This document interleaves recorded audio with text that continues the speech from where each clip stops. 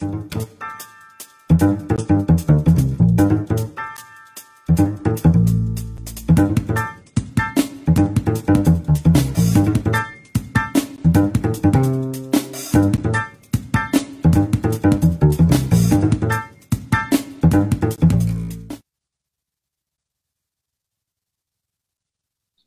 everyone. Thank you for joining today's RELO Originals webinar, brought to you by the RELO office at the U.S. Embassy in Kyiv. I'm RELO Tim Collins, and I'm delighted to welcome you. The Originals series is for teachers in Armenia, Azerbaijan, Georgia, Moldova, and Ukraine. Each weekly webinar offers an opportunity to meet top teachers from around the region for lively conversation and new ideas about teaching and learning English. And now, here's our host. Hello and welcome. I am your host, Madina Wahab, and today we'll be talking about promoting student autonomy and providing differentiation using choice words. Our guest today has been teaching for 7 years. Most recently, she was an English language fellow in Uzhhorod, Ukraine, where she led weekly in-service teacher training workshops at the Zakarpattia In-Service Teacher Training Institute. And now she is teaching online ESL classes while she awaits the upcoming school year. She will return to teach ESL to 3rd and 4th graders at a public school in Brooklyn, New York. Please welcome our guest, Kate Wilkinson, logging in from East Patchogue, New York. Madina, hi everyone. It's so great to be here with you all today, and especially you, Madina, since we have such similar teaching backgrounds. I'm excited to learn more about you and also share my knowledge of choice boards with everyone. I am excited too. I haven't used choice boards, but I have a general idea of how I might use them in my classroom, and I'm glad that you're with us today so you can provide your expertise.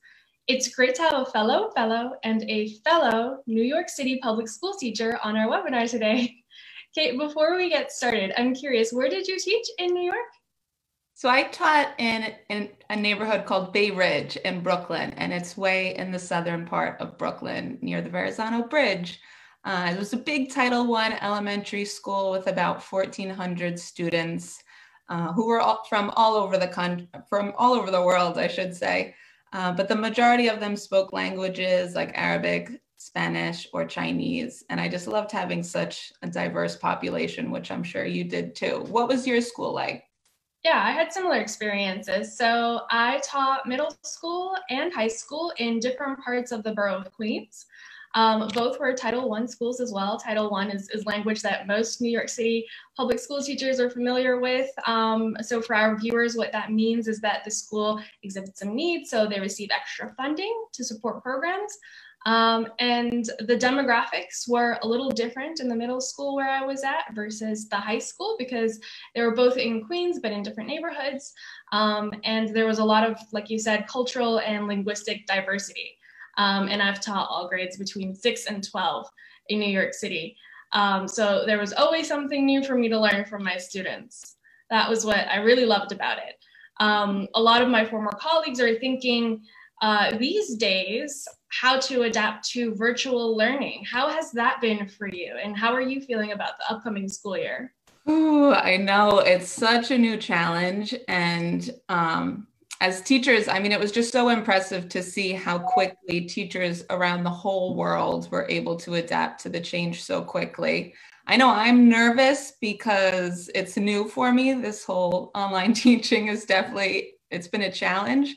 But I know the more opportunities I take to just learn and practice and, try out new digital tools, it's really helping me boost my confidence. So I'm trying to stay positive. My motto has just been, keep calm and carry on, because I know when technology is involved, nothing ever goes as planned. So as long as I can accept that, stay calm and not get flustered if something doesn't go right, then that's the best I can do. Yeah, that's very true. Teachers around the world are being put to the test right now in these past few months. But I think we're also a really flexible bunch, and we're all very dedicated to our students to make things work at the end of the day. So I think, and when I think our students see us trying, that's also motivating for them, especially when we're trying new things, like you mentioned, new digital tools.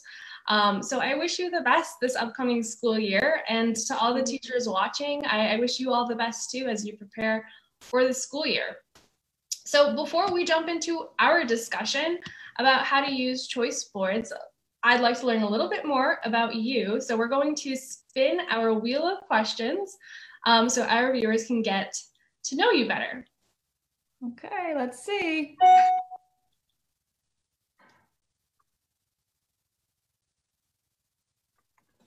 All right, so you're gonna answer question C. What is something new that you've learned in 2020? Oh, wow. Well, 2020 has been quite the year, and I definitely have learned a lot.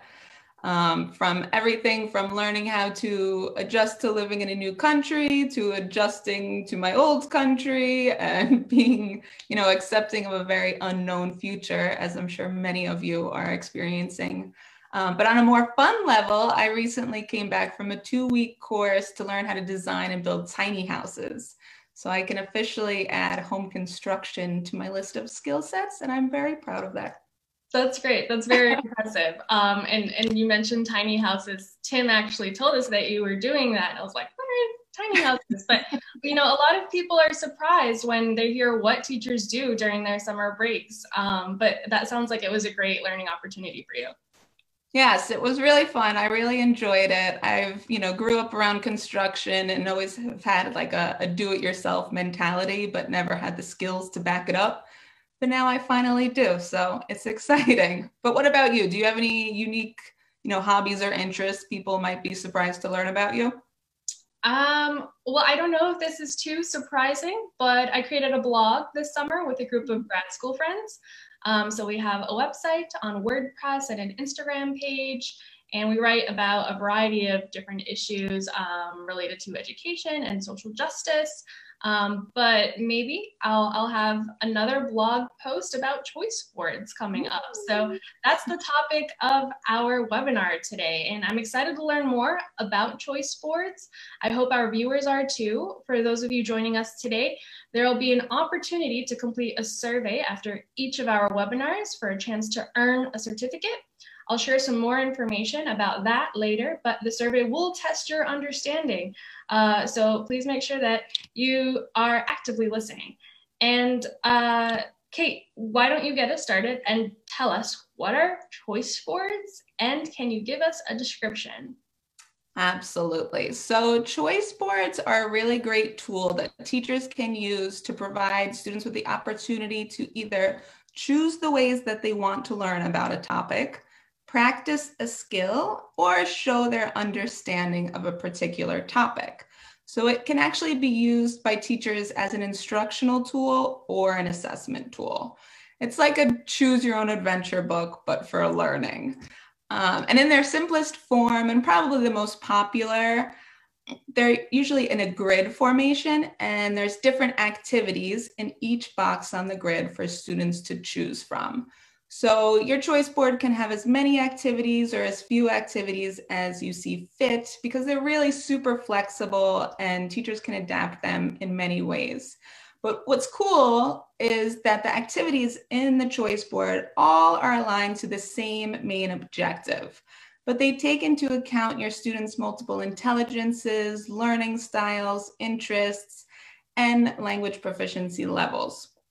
So there's really something for everyone. It's a great way to hook your learners and differentiate at the same time.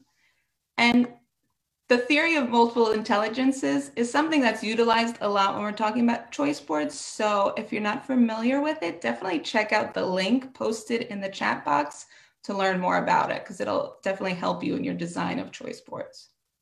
Great, thanks for sharing that with us. And I like that you bring up differentiation. I think it's integral to keep in mind in a multi-level classroom. And that's usually the context that we find ourselves in, teaching students with multiple different proficiency levels. Our students are quite unique, and a one-size-fits-all approach rarely works. So here's a question for our viewers. How do you use differentiation to support your students, your learners? You can answer in the chat, and we'd love to see your answers there. So Kate, I'm intrigued so far, but I always need a bit of convincing to try something new. Why do you think teachers should use choice boards in their classroom? This idea sounds great, but like I said, I think teachers might need a little bit of convincing. So what would you say to encourage a colleague to use choice boards? Sure, I totally get that. And I will be honest, at first glance, choice boards may seem like a daunting task. But I promise the benefits of using choice boards far outweigh the initial effort that may go into designing one. For one, if you're familiar with Universal Design for Learning, or UDL, choice boards are one of the best tools that teachers can use to provide multiple means of engagement, representation, and expression in the classroom. So when you design a choice board, all of your students should be able to find activities that are appropriate and interesting for them. So it's really a great option to recruit interest. It's also a great way to optimize learner autonomy. Students are really responsible for their own learning. And as the UDL guidelines explain, offering learners choices can develop self-determination, pride in accomplishment, and increase the degree to which students feel connected to their learning. And when students feel ownership over their learning, it boosts their intrinsic motivation. They want to learn, they want to do the activity. And of course, when they're engaged in an activity that they're actually interested in, they're much less likely to distract other students or act out. So it's really a useful tool, and UDL really guides a lot of it. So if anyone is not familiar with UDL, definitely check out this other link that we'll post to learn more. And especially my teachers in Ukraine, the UDL website is a really great resource as the new Ukrainian school shifts to a more inclusive style of teaching, and you're faced with the task of differentiating for different students. So definitely check out that link. Great. So I totally agree with you. I've observed the same thing in my classroom. When there is an opportunity for choice, I think it implies to students that there's also a level of trust between the teacher and students, right? It suggests that, I, as the teacher, believe in you, the student, to make your own decisions and to take control of your learning. And I think that really makes a difference. For sure, absolutely. I'd be curious to see how our viewers embed student choice into their lessons or curriculum currently. And I mean, it could be as simple as something like allowing students to choose what tool to write with, or what paper to use for their essay. But it can make a really big difference. So audience, I'm curious, let us know what ways you provide choices for your students. But getting back to my reasons to use choice boards, I have so many, so I can't get off track. If you have a multi-level English class, this is just a great way to embed differentiation within a lesson or unit. You know your students best, so you can include activities that range in difficulty, so both your beginner and advanced students and anyone in between has an activity that's appropriately challenging for them. And as we go, I'll share tips that ensure students are choosing the activities that are appropriate for their levels and not just narrowing in on the easiest options like I'm sure many of them would like to do. And one last reason to use choice boards is that they're so multi-purpose. They can be used in so many different ways. There's really no right or wrong way to use them, so you can adapt them as a teacher in any way you feel they would work for your class. They can be used for homework assignments, final projects, informal assessments, discussion topics, anything, you name it. And they're really perfect for remote teaching right now, and especially if you're doing asynchronous remote teaching, because choice boards can be something that students can work on independently and at their own pace. Okay, sounds like there are a variety of ways to use choice boards. Kate, I'm curious, when did you start using choice boards yourself? Can you tell us a little bit about how you learned about them and why you decided to use them? Absolutely. So I actually learned about choice boards when I was studying for my master's degree in TESOL education. One of my professors at the university used a choice board as an assessment tool to see if we had done the reading for the class. And it's so funny, even as an adult, I remember being surprisingly excited to have choices to choose from to show my learning. And it was a tool she said she used in her middle school ESL classroom. And it's a tool I've carried with me to elementary school. So you can see, you can use it with any students from elementary to university level. I decided to use them at the elementary level because in New York City, as a public school ESL teacher, we're really forced to figure out how to co-teach and co-plan with the classroom teacher. So I have to teach grade level content material and, navigate all the different learners in front of me. So it's a really great tool to use in any content area and to provide differentiated activities for those different students based on their English proficiency levels. But I'm curious, we asked our audience, but I didn't ask you, what's one of your favorite tools to use for differentiation?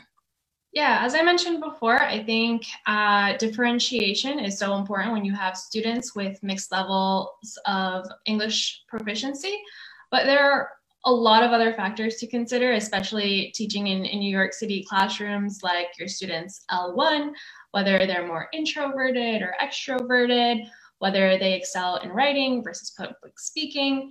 And there are a lot of factors to consider, a variety of ways that I differentiate. But one tool that I often go back to is the jigsaw activity.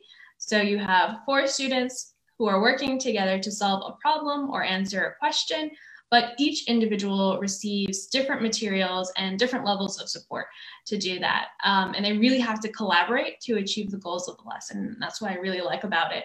So if you would like to learn more about that, there's a link in the chat about jigsaws. But tell us more about choice boards. Now that we know what choice boards are, why teachers should use them, it would be great if you could maybe break down the steps for us. Absolutely. First off, I love jigsaws, but yes, there are a ton of different ways to implement choice boards in the classroom. So it's really up to the teacher to, decide how she wants or he wants to implement the board. But I will share 3 of the most important steps I think teachers should keep in mind when designing a choice board for their students. Okay, I'm ready for step 1. Okay, so step 1 is to decide on a clear learning outcome and a purpose for your choice board. So as I mentioned earlier, choice boards can be used for different purposes. They can teach students new material by providing different ways students can learn or build background about a topic. For example, if you look in the graphic, that first column shows different directives you might use in a choice board that's made to teach a topic, right? Watch the video, listen to the podcast, read this text. So it's a way to share new information with your students. Secondly, they can be used for students to practice a new skill. So say you just taught a new concept or language skill and you want to provide students the opportunity to practice the skill further. So choice boards are a great way to embed these multiple opportunities. So in the second column, you could see, say I had a new vocabulary word I was teaching and I have different directives like write the word in a sentence, draw a picture, showing the meaning of the word, find the word in a magazine. So these are just different activities you could use to allow your students time to practice a new skill. And finally, choice boards can be used as a way for you to assess student learning by giving students different ways to show their mastery of the objective that was taught. So this is where it comes in really handy as an assessment tool. So in that last column, you could see you might have students draw a picture depicting the story you just read, or record a video explaining details, or write a paragraph describing. So there are different ways to use choice boards, and you just need to decide which way you want to use it. Got it. Okay, so step 1, as the teacher, I ask myself, what is the purpose for using the choice board and what are the learning outcomes? Definitely, exactly. What is step 2? So step 2 is then to decide on the format you'd like to use for your choice board. So most people use the tic-tac-toe style choice board, in which students choose 3 activities in a row, horizontally, vertically, or diagonally. Another option that I really like is that you can assign each activity a point value and require a certain total amount of points that students need to complete. So for example, simpler tasks would be worth less points than more advanced tasks, but students would have to complete more of those simple tasks in order to reach the total amount of points determined by the teacher. And finally, another fun way to design a choice board is one, it kind of strays away from the typical grid formation, but it's something called a learning menu. And I think it's really fun because it's designed kind of like a restaurant menu might be, with different courses.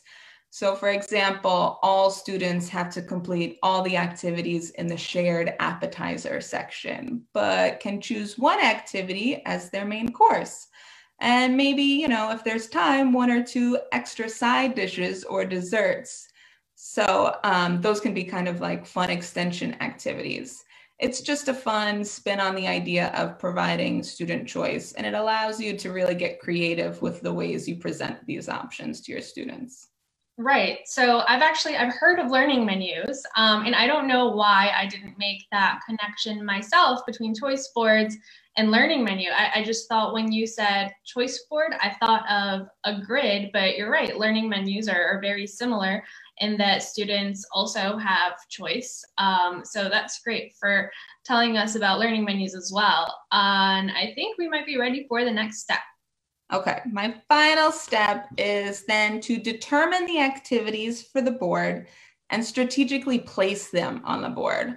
So when you're determining the activities, this is where your knowledge of your students is critical. You know, what language level are they?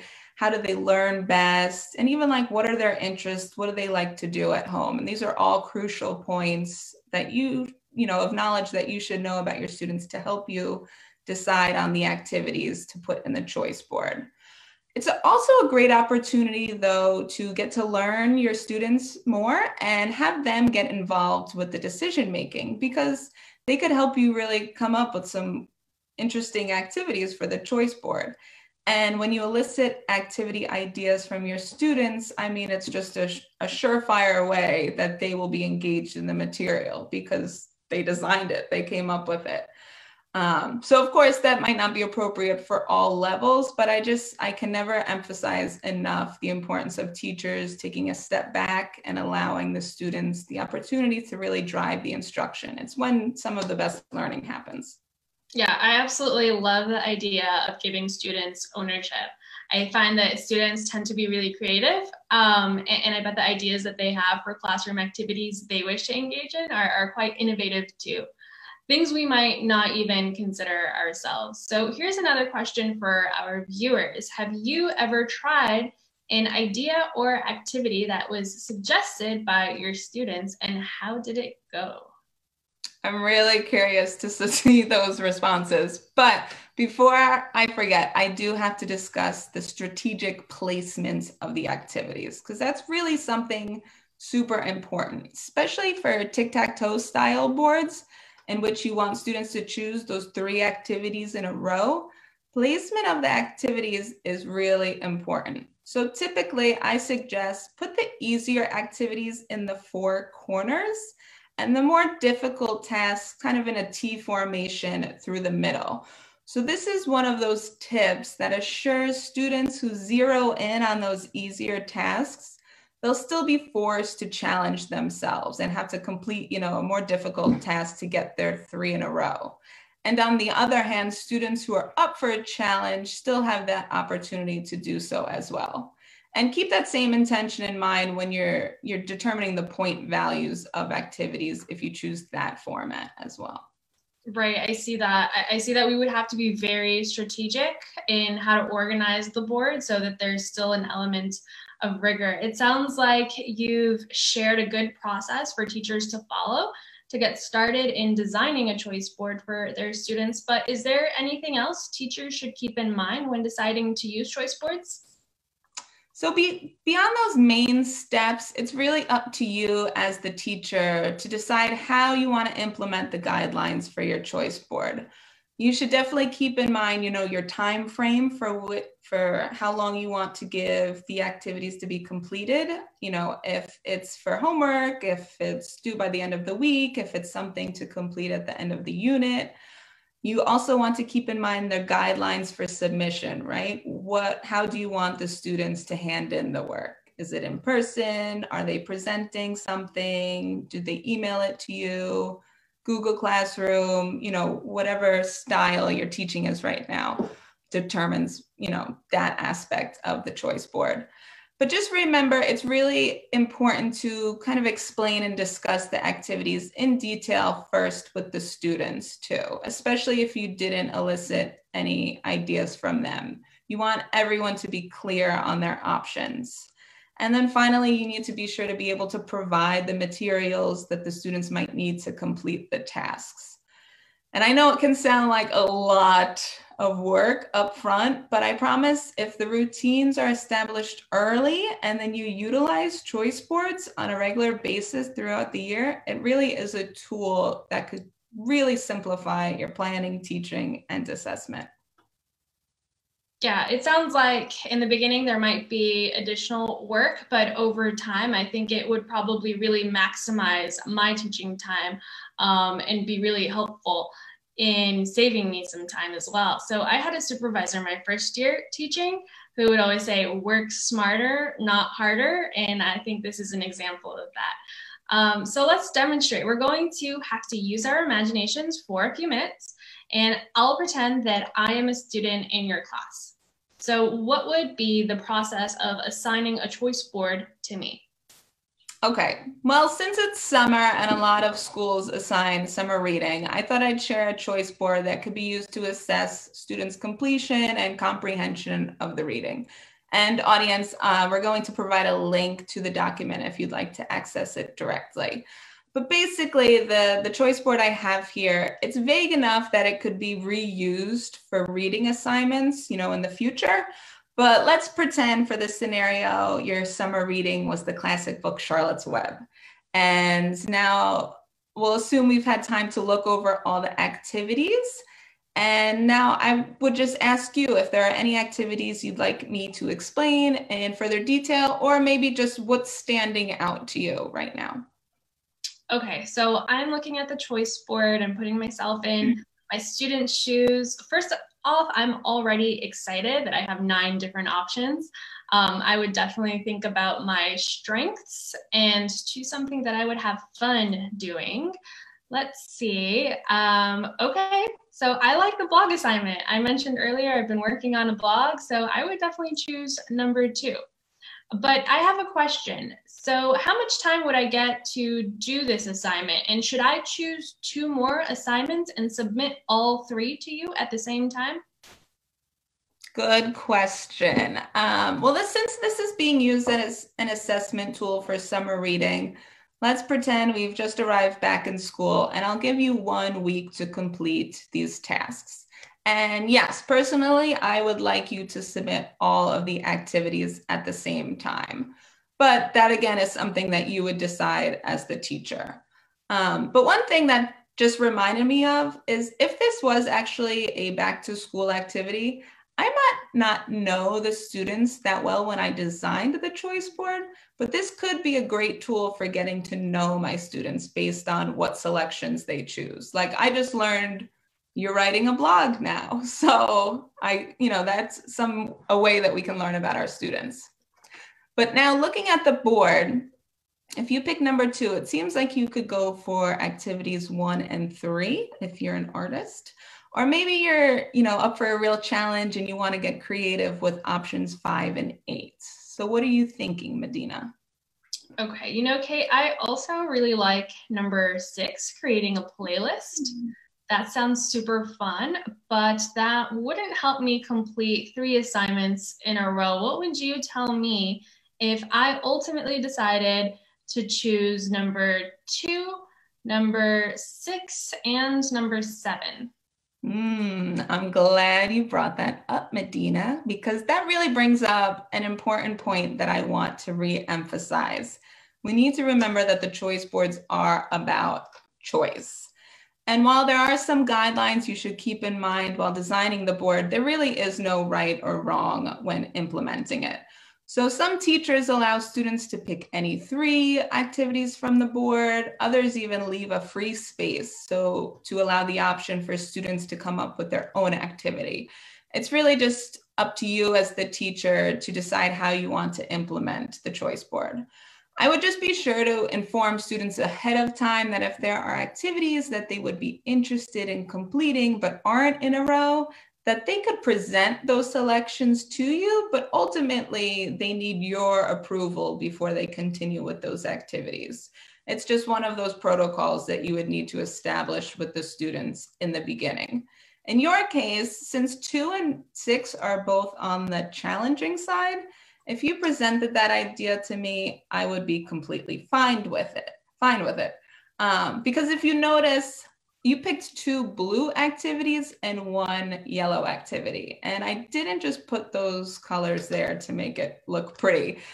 If you recall our discussion earlier, I strategically placed less rigorous activities in the 4 corners, and I made those yellow. And then the more difficult activities are blue.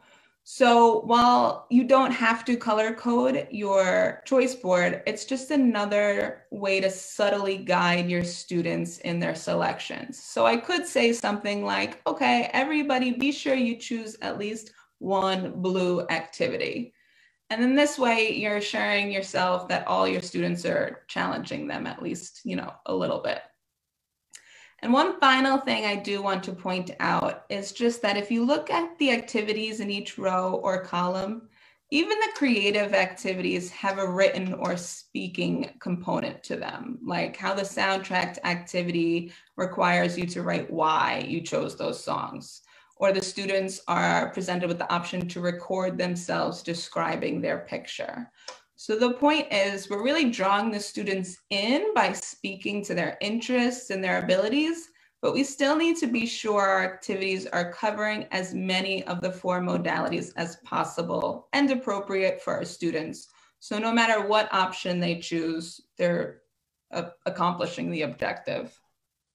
I love that there's a lot of opportunity here to be flexible when using choice boards and creating them and still maintaining rigor. It sounds like not only do students have a lot of choice, but teachers have a lot of choice in how strict they want to enforce certain aspects, like you mentioned, whether they want to enforce keeping 3 assignments in a row or not.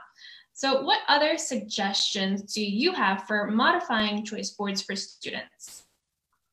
I really could go on talking about choice boards all day because there's so many different ways to adapt them. They're really just such a flexible tool.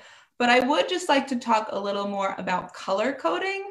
So incorporating colors really is an easy and engaging way to encourage students to challenge themselves, like I mentioned with the blue and yellow. But another way to work with colors is within the idea of student grouping. So teachers, I know we often group students, by their proficiency level or reading level in classes in order to differentiate appropriately. But those students could be, the groups could be incorporated into the choice boards as well. So let's pretend I've organized my students into groups based on their English levels. And I've got my orange group, who are the beginners, the purple group, who's intermediate, and the green group, who's advanced. If you look at how I modified the choice board now, each activity has a color and students are instructed to choose activities of specific color.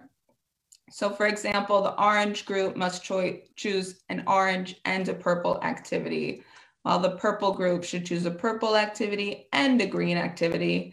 And then the green group should choose 2 activities and one of their choice if there's time. But also, just to point out as well, I left these activities in the same places as they were in the original choice board, but now that strategic placement isn't so important. So since I'm allowing students to choose any two, I probably didn't need to strategically put easier activities in the corners. And I could just organize them by color in rows. But something as little as just having to hunt for your colors on a board, however, silly or easy that may be, it's something that's just like an extra little way to engage students. So I like to keep them all scattered around. I love that you introduced this idea of color coding. I am a little obsessed with color coding, and I tend to use colors a lot when I'm differentiating to distinguish, like you mentioned, between my beginner students, my intermediate students, and my advanced students. So I'm glad that you brought up this modification. And I know that there are so many other aspects of promoting differentiation in the classroom that we could chat about, but that is all for today. And I bet you're already thinking how to use choice boards in your classroom. So for our viewers, I would like to ask, how will you begin using choice boards in your classroom? If you have any questions about choice boards or anything else related to teaching and learning, classroom instruction, or activities that you want to learn about, we would love to hear from you and feature your question in our next segment called Mailbag. Today's mailbag question is from Alyona. Let's hear her question.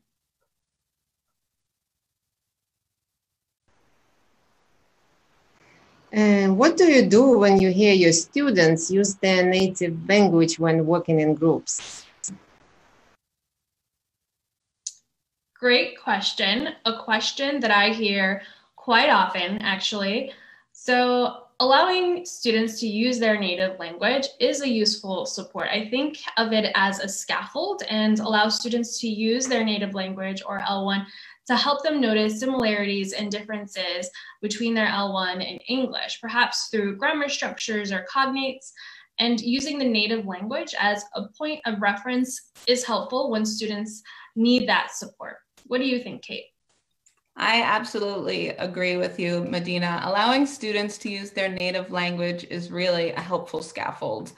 What we know in our first language transfers to our second language. So if we notice students translating a word or explaining the meaning of a new concept to a classmate using their first language, then it's a resource they're using in a productive way. I would just monitor and be mindful of how and when those students are using their first language. If you hear students switch to their native language at certain points in a discussion, it could be a good cue for you as a teacher that there's certain English vocabulary that your students are lacking, or maybe you need to review or teach. That's a great point, Kate. Thank you so much for sharing and for joining us today. Thank you, Madina. Thank you to the RELO team and all of you for coming here today and learning about choice boards. It was really great to be here. And viewers, thank you for watching our first session of RELO Originals. If you would like to receive a certificate for your participation, I invite you to complete a short survey about today's session. You'll find a link in the chat to complete the survey and learn more about how to earn your certificate. The survey also includes a section for your questions. We would love to feature your questions in our next mailbag segment, so please be sure to complete the survey before our next webinar. For more information about upcoming webinars, please visit the RELO Kyiv Facebook. We will meet again Wednesday, August 19th at 3 p.m. in Moldova and Ukraine, and 4 p.m. in Armenia, Azerbaijan, and Georgia, for our next webinar on writing centers and tutoring EFL writers with guest Richard Schleit. See you then.